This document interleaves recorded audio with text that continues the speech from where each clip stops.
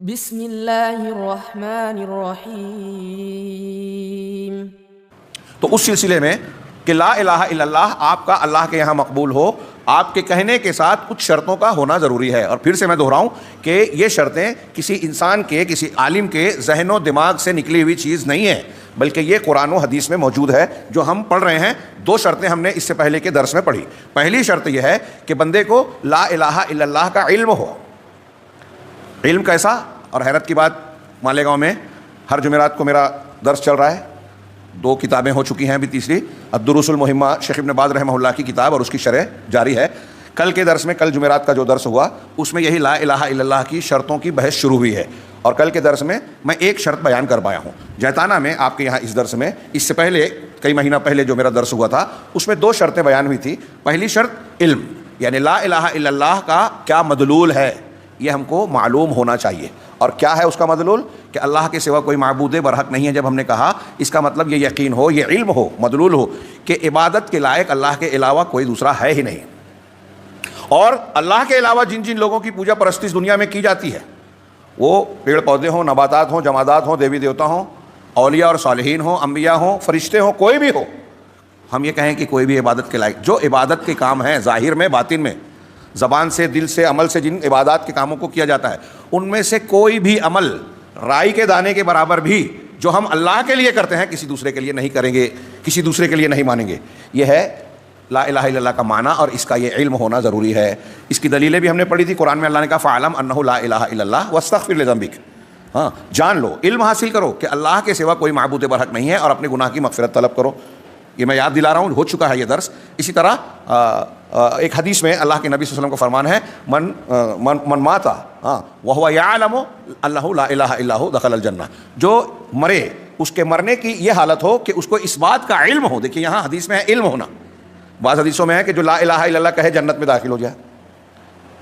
تو ہمارے یہاں کچھ لوگ غلط فہمی کا شکار ہو کہ لا الہ الا اللہ کہہ لینا کافی ہے۔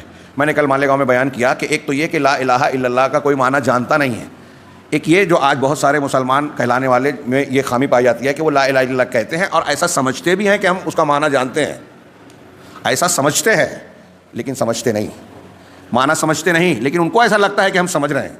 اور میں بار بار ابھی پچھلے کئی دروس تقریر خطبوں میں کہہ رہا ہوں، جس پر کچھ لوگوں کو بہت برا لگتا ہے، لیکن اللہ گواہ ہے کہ یہ پوری ذمہ داری کے احساس کے ساتھ میں کہہ رہا ہوں کہ بہت ساری جماعتوں کے بڑے بڑے کتابیں لکھنے والے، تفسیر لکھنے والے، ہاں جن کو لوگ عالم سمجھ کے ان کے پیچھے چل رہے ہیں، ان کی فکر کی پیروی کر رہے ہیں، ان کے یہاں آپ پڑھیں گے تو لا الہ الا اللہ کی تفسیر معنی غلط بیان کیا ہے انہوں نے۔ اور جب انہوں نے غلط بیان کیا ہے تو ان کے ماننے والے بھی وہی چیز مانیں گے جو ان کے پیشوا بیان کر رہے ہیں۔ یہ میں ہوائی بات نہیں کہہ رہا ہوں، اللہ کے گھر میں، اور یہ آج پہلی بار نہیں کہہ رہا ہوں، ابھی اس درمیان 10 بار میں نے تقریروں میں کہا ہے، اور اسی لیے کہا ہے کہ لوگ کسی کی محبت میں کسی کو بڑا مان کر اندھے ہو جاتے ہیں۔ اب میں نے اگر نام لیا تو لوگوں کو برا لگتا ہے، لیکن نام نہ لیے تو معلوم نہیں پڑتا۔ تو اللہ کے پاس مجرم بننے سے بہتر ہے کہ لوگوں کو تھوڑی دیر کے لیے اگر ناراض ہوتے ہیں تو قبول کر لیا جائے۔ آپ دیکھیں سید قطب شہید بولا جاتا ہے ان کو فی ظلال القرآن میں، ان کے یہاں دیکھیے لا الہ الا اللہ یا توحید کی تفسیر کیا کرتے ہیں۔ مولانا ابو العلا مودودی صاحب جماعت اسلامی کے بانی، اور ایک بڑا طبقہ ان کے پیچھے ان کے افکار کو قبول کر کے چل رہا ہے، ان کے لٹریچر اور تحریروں کو جو ہے پھیلاتا ہے، قرآن حدیث کی تحریروں سے زیادہ ایسے لٹریچر کو پھیلایا جاتا ہے۔ پھر اس کے علاوہ ان کے ہم مشرب اور بھی بہت سے لوگ ہیں، ان کے یہاں لا الہ الا اللہ کا معنی ادھورا بیان کیا جاتا ہے۔ ادھورا بھی ہے تو پورا صحیح نہیں ہوا، بلکہ قل اللہ احد کی تفسیر اگر سید قطب کی آپ پڑھیں تو وہاں وحدت الوجود کا عقیدہ ملے گا، یعنی جو صوفیوں کا عقیدہ ہے، گمراہ صوفیوں کا، کہ ہر چیز میں، کائنات کی ہر چیز میں اللہ ہے، ایسا مانتے ہیں، پیڑ پودا، نباتات، جمادات، کتے بلی سور میں ہر چیز میں اللہ ہے۔ یہ بہت بڑا، سب سے بڑا کفر اور شرک ہے، بالکل ناجائز ہے، اور ہمارے یہاں صوفی لوگ اس کو مانتے ہیں، اور وہ لا الہ الا اللہ کی تشریح یا معنی ایسے ہی کرتے ہیں جو ان کے مطابق ہے، کہ کائنات میں لا موجود الا اللہ، اس طرح کا معنی کرتے ہیں کہ موجود صرف اللہ ہے، یعنی دنیا میں جو بھی ہے سب میں سب اللہ ہی اللہ ہے، جبکہ یہ بالکل غلط ہے۔ قرآن، حدیث، صحابہ کا عقیدہ، تابعین کا، امام حنیفہ، امام شافعی، امام مالک، امام احمد بن حنبل، تمام محدثین، تمام علماء اہل سنت کا عقیدہ یہ ہے کہ اللہ یعنی خالق الگ ہے، مخلوق یعنی پوری کائنات الگ ہے۔ مخلوق اللہ میں نہیں ہے، اللہ مخلوق میں نہیں ہے، دونوں الگ ہیں۔ لیکن صوفیوں میں ابن عربی، ابن فارض، ابن سبعین، یہ بڑے بڑے صوفی گزرے ہیں، اور ہمارے یہاں ہندوستان پاکستان میں جو حنفی پائے جاتے ہیں بہت سارے مقلدین ہیں، یہ تصوف میں ان لوگوں کی تعریف کرتے ہیں، ان کی باتوں کو مانتے ہیں، ان کی کتابوں کو پڑھتے ہیں، ان کے واقعات کو بیان کرتے ہیں۔ جنہوں نے لا الہ الا اللہ کا معنی ہی ایسا بنایا کہ کلمہ توحید کلمہ شرک بنا دیا، نعوذ باللہ.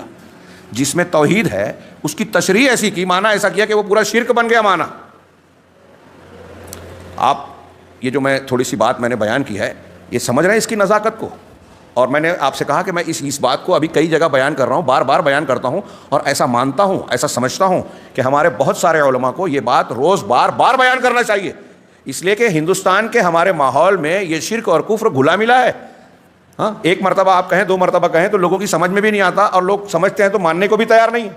ان کے دماغ میں سوال اٹھتا ہے، ارے اتنے بڑے بڑے علماء، اتنے بڑے بڑے مشائخ، ان کے بارے میں ہم کو ایسے کہانی سنائی جاتی ہے، واقعہ سنا جاتا ہے کہ وہ تو ہوا میں اڑتے تھے، وہ تو پانی پہ چلتے تھے. کیا وہ غلط تھے؟ اس میں صحیح لوگ بھی تھے. صحیح لوگوں کی طرف غلط باتیں بھی منسوب کر کے بیان کی جاتی ہے واقعات کی شکل میں، جھوٹی حدیثیں نبی صلی اللہ علیہ وسلم کی طرف منسوب کر کے بیان کی جاتی ہے. تو ان بزرگوں کے جھوٹے واقعات بنانا اور بیان کرنا کیا مشکل ہے؟ اس سے کتنی خرابی پیدا ہو رہی ہے یہ ہم کو اور آپ کو اندازہ نہیں ہے. اور اندازہ نہ ہونے کی ایک وجہ یہ بھی ہے کہ ہم لوگ عقیدہ پڑھتے ہی نہیں ہیں. السلام علیکم. ویڈیو پسند آنے پر اپنے دوستوں کے ساتھ واٹس ایپ اور سوشل میڈیا پہ ضرور شیئر کریں.